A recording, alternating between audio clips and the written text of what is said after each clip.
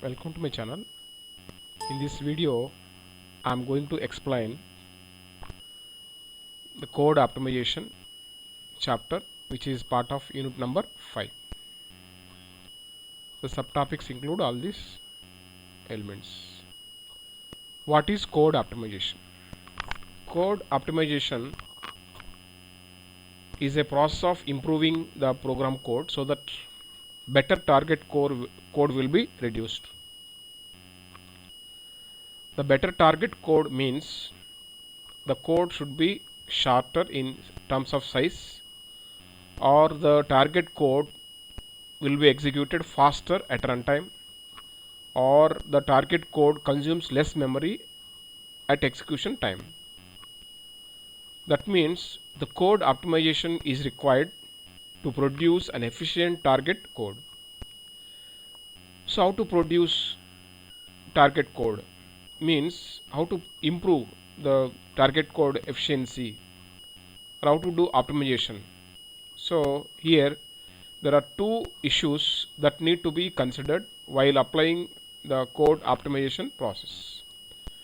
The first one is the semantic equivalence of the source program must not be changed. So we should not change the semantics of the program, what purpose it was written, what is the function of this program, while executing what are the outputs, what are the inputs. Those things should not be changed during code optimization process.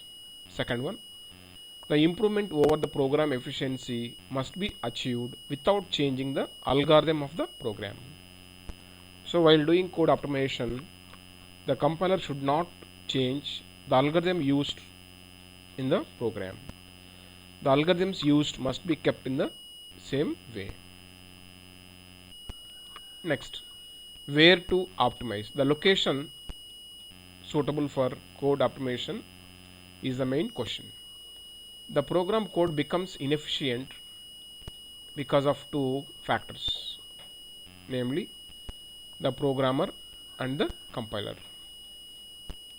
That means the programmer, developer of the program, should choose an efficient algorithm for writing the program. So otherwise the program code may become inefficient. For example, to sort n elements of an array, one can choose insertion sort or quick sort. So when the programmer uses insertion sort, its efficiency is less. When the programmer uses quick sort, its efficiency is more. So the efficiency of the program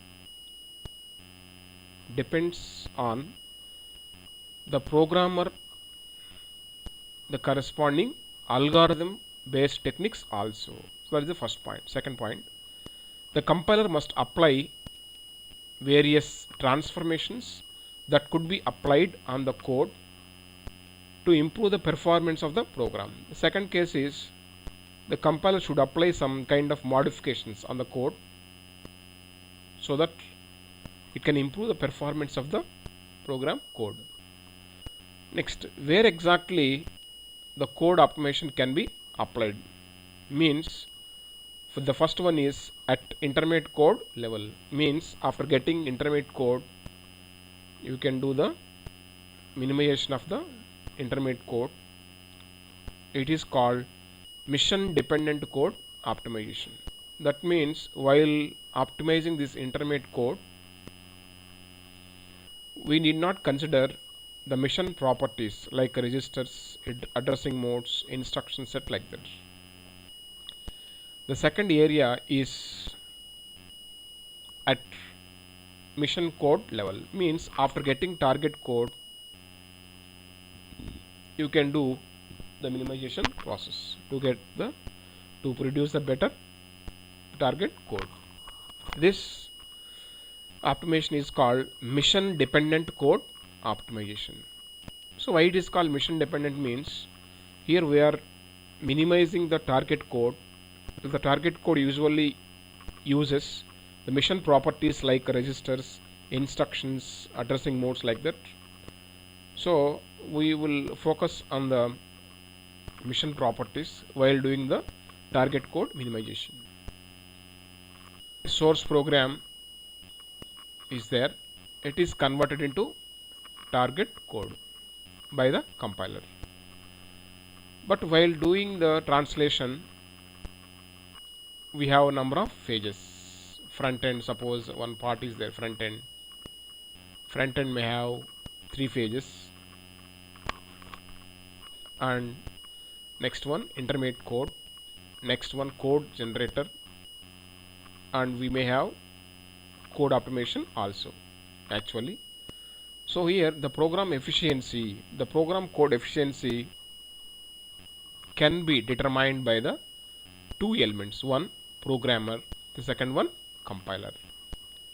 So programmer can choose efficient algorithm to develop the program code so that it will become efficient. Otherwise, the program will become inefficient. The second area is compiler. So compiler should apply transformations on loops, procedures, calls, addresses, calculations, etc. so that the code will be minimized. So you can do the minimization process, the optimization process on the intermediate code. So this code optimization is called mission independent code optimization. Next, compiler can also perform the optimization on target code. So it is called mission dependent code optimization. This uses register selection, appropriate instructions usage, and peephole optimization, etc. techniques so that better target code will be produced. So therefore we can decide that the code optimization can be done at two levels. One is at intermediate code level, second one at target code level. Next, how to optimize. So what is the way to optimize the code? There are several levels at which the program code can be improved.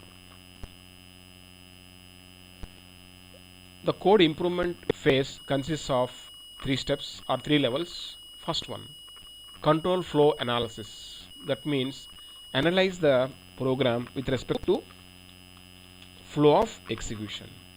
Second, analyze the program with respect to data usage, data flow, and accordingly find the required modifications and apply those transformations so that code will be minimized.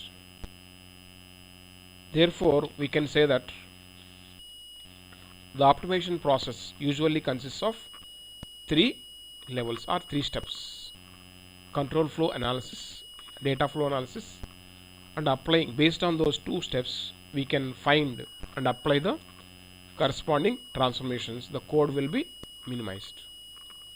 So as in here, the organization of the code optimizer is shown here. So this is front end and this is the code generator. So before producing the target code, we can analyze, we can apply the code optimizer, which analyzes the program code with respect to control flow, data flow, and recommends the corresponding modifications on the code and applies such transformations so that better code will be produced. Next, principal sources of code optimization. So what are the ways you can do the code optimization are listed below.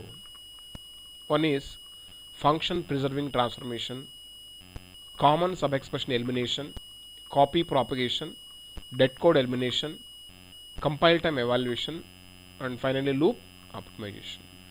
See the first one. Function preserving transformation. That means we have to preserve the meaning of the function while we are doing optimization. This is called function preserving transformations. That means there are can improve the program efficiency without changing the function it computes. We should preserve the meaning of the function it computes while doing optimization. It is called function preserving transformation.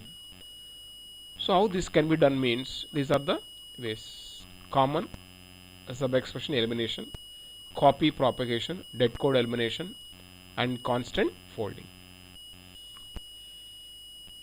Common sub expression elimination. So what is called common sub expression? Here we will see. An occurrence of an expression E is called common sub expression if it was previously computed and the value of variables in E, in expression E, have not changed since the previous computation. So earlier we have calculated one expression, okay, and same expression we are going to compute next time in some location, but in between that no modifications done or no values modifications to the variables used in that expression forms common sub expression. So we can avoid recomputing expression if we can use the previously computed values. So instead of computing same expression multiple times, do it once and use it many times. So this approach saves some time, processing time. For example, for the simple example, take this code. So A is equal to B plus C and C is equal to B plus C and D is equal to B plus C. So here we are computing B plus C, again B plus C here. So when I compute B plus C, it is stored into A, and no need to compute B plus C again in the second line because the values of B and C are not changed from the earlier expression evaluation. So these are called common sub expressions. So we can eliminate one from these two, or usually second one. So this code can be rewritten as A is equal to B plus C, compute B plus C value here and use the B plus C value at C in the second statement. C is equal to A. So A implies B plus C. We are eliminating the calculation of B plus C sub expression value by simply elimination. Next, third statement is also B plus C, but it is not common sub expression since its value, its variable C is changed earlier, is changed just before. So it's not belongs to common sub expression. So we are not changing this code. So this is called common sub expression elimination. By doing this, we can minimize the program code.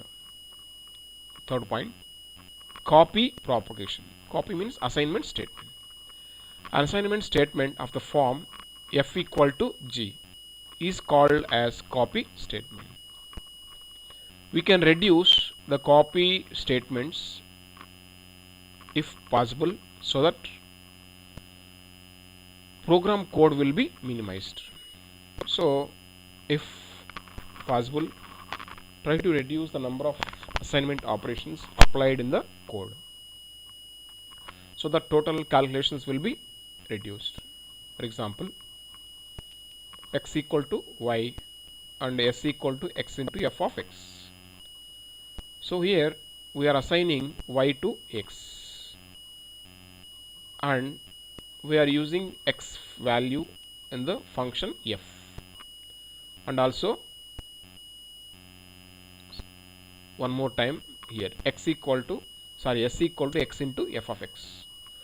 So instead of doing this, I can directly use y value in this statement like this. So this code can be minimized and can be written as s equal to y into f of y. Here x variable not assigned but give same meaning as previous. This is called copy propagation. Next, dead code eliminations. Before knowing that, we should know what is live variable. a variable is said to be live if its value is used subsequently somewhere in the program. A variable is said to be live in the program if its value is used subsequently somewhere in the program. If not used, that variable becomes dead variable. So defined but no use, that is called dead variable. So similarly here we can associate same meaning to code also. Here a variable or code is said to be dead if it is never been used after last definition in the program code. Means the code is declared or defined some statements, but its usage is not later throughout the program. That code is called dead code. So to optimize the program code, to reduce the program size, we can eliminate such dead code. We can eliminate such code. See the example. X equal to y plus 1, y equal to 5, x equal to 2 into z. Here we are computing x equal to y plus 1, x value we are computing, but never used after this statement. So its importance is nothing. So we defined, we have calculated x value, but we are not using x value anywhere in the program from this statement onwards. So it is useless, can be removed. This is called dead code, a code that is defined but never used after this statement. Defined but no use. So this can be simplified as y equal to 5, x equal to 2 into z. To do this, actually we need to perform data flow analysis so that we can find what is dead code or what is dead variable. Fifth one, compile time evaluation. It is a process of shifting of calculations from runtime to compile time if possible, so that we can save execution time. So earlier we have listed the optimization is a process of minimizing code such that it reduces code size, or it improves, or it reduces program execution time, or runs faster, or consumes less memory space. So here if we decrease the number of calculations, automatically it executes faster. So this principle is applied here. So here the compile time evaluation can be done by two methods. First one, folding, constant folding. The calculation of constants are done at compile time instead of runtime. So actually some calculation should be done at runtime, but we can do it possibly at compile time. See here, float d equal to 5 length comma length. We are declaring two variables, and length equal 22 by 7 is a constant into d. We are doing this, we are using this statement. So this can be reduced as length equal to 3.1428 into d. That means here the constant 22 by 7 value is calculated here itself instead of forwarding to the runtime, so that calculation will be done at runtime. We are calculating here itself so that we can reduce the same at runtime, time at runtime. Second point, constant propagation. So earlier it is with respect to constants. The second one is with respect to variables. Okay, see here. The value of variable is replaced and calculation of expression is done at compile time in this method.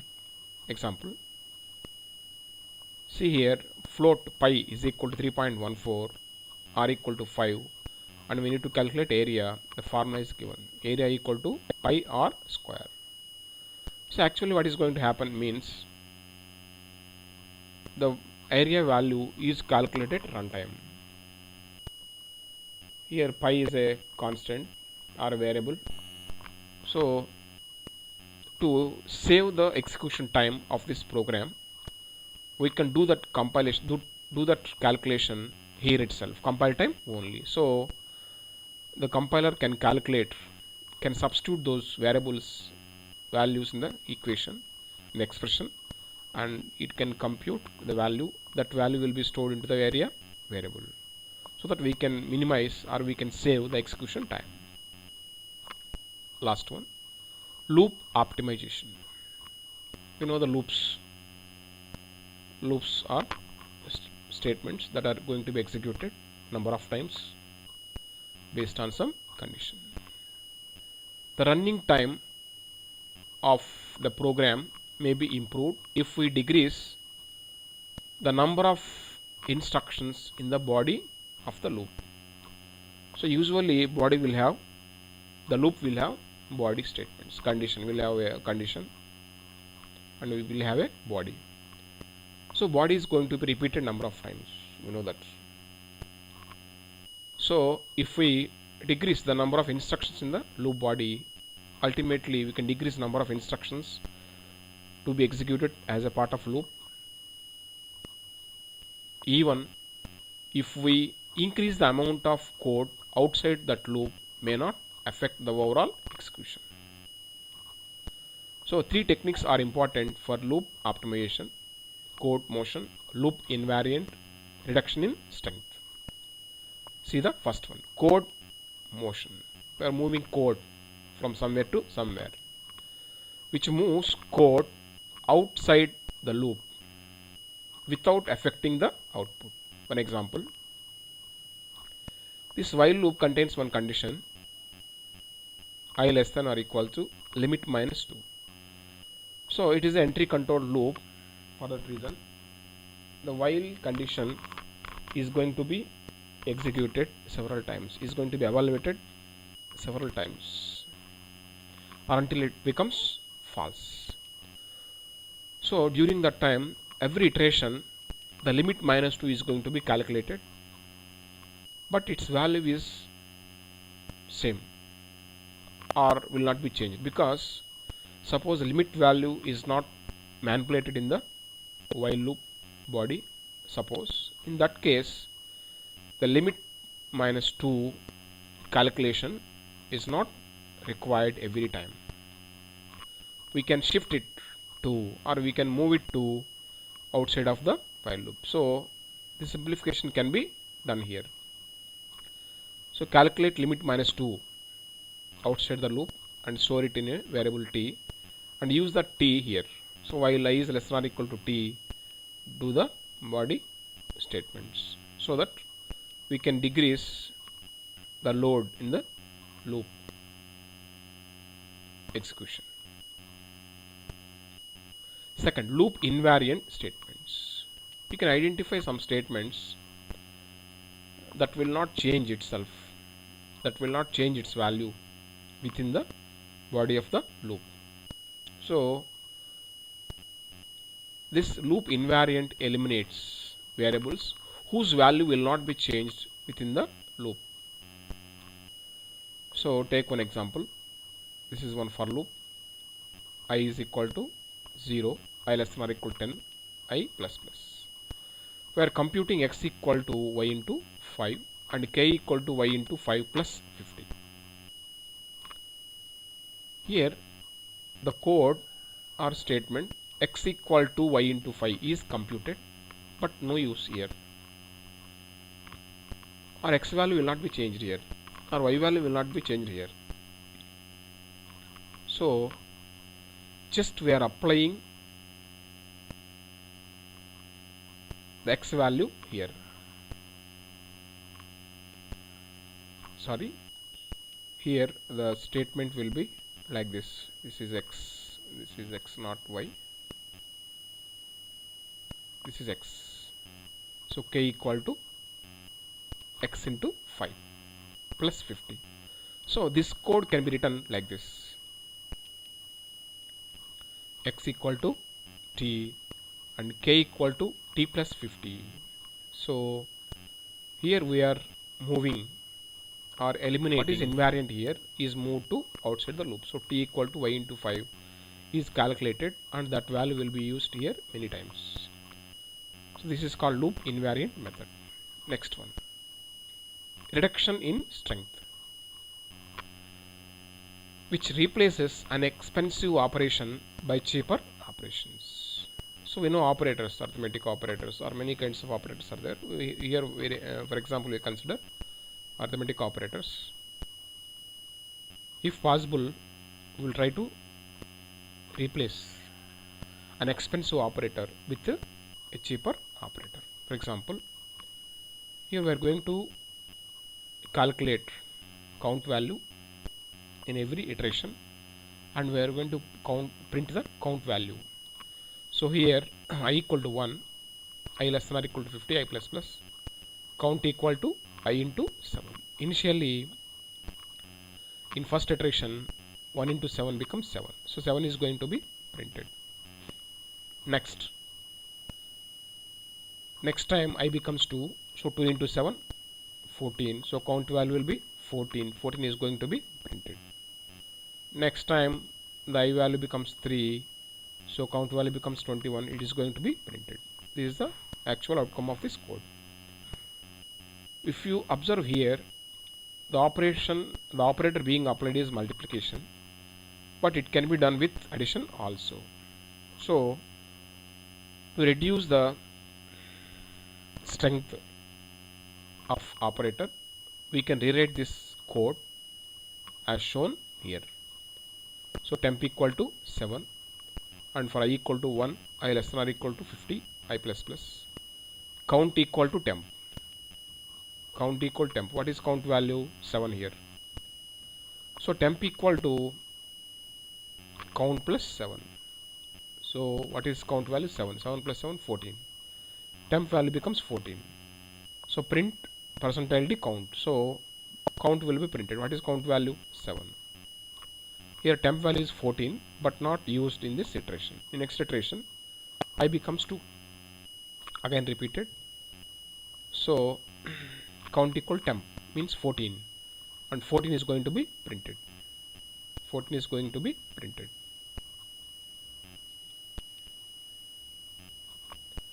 So like this, it gives same output as previous for loop, but here we used addition instead of multiplication.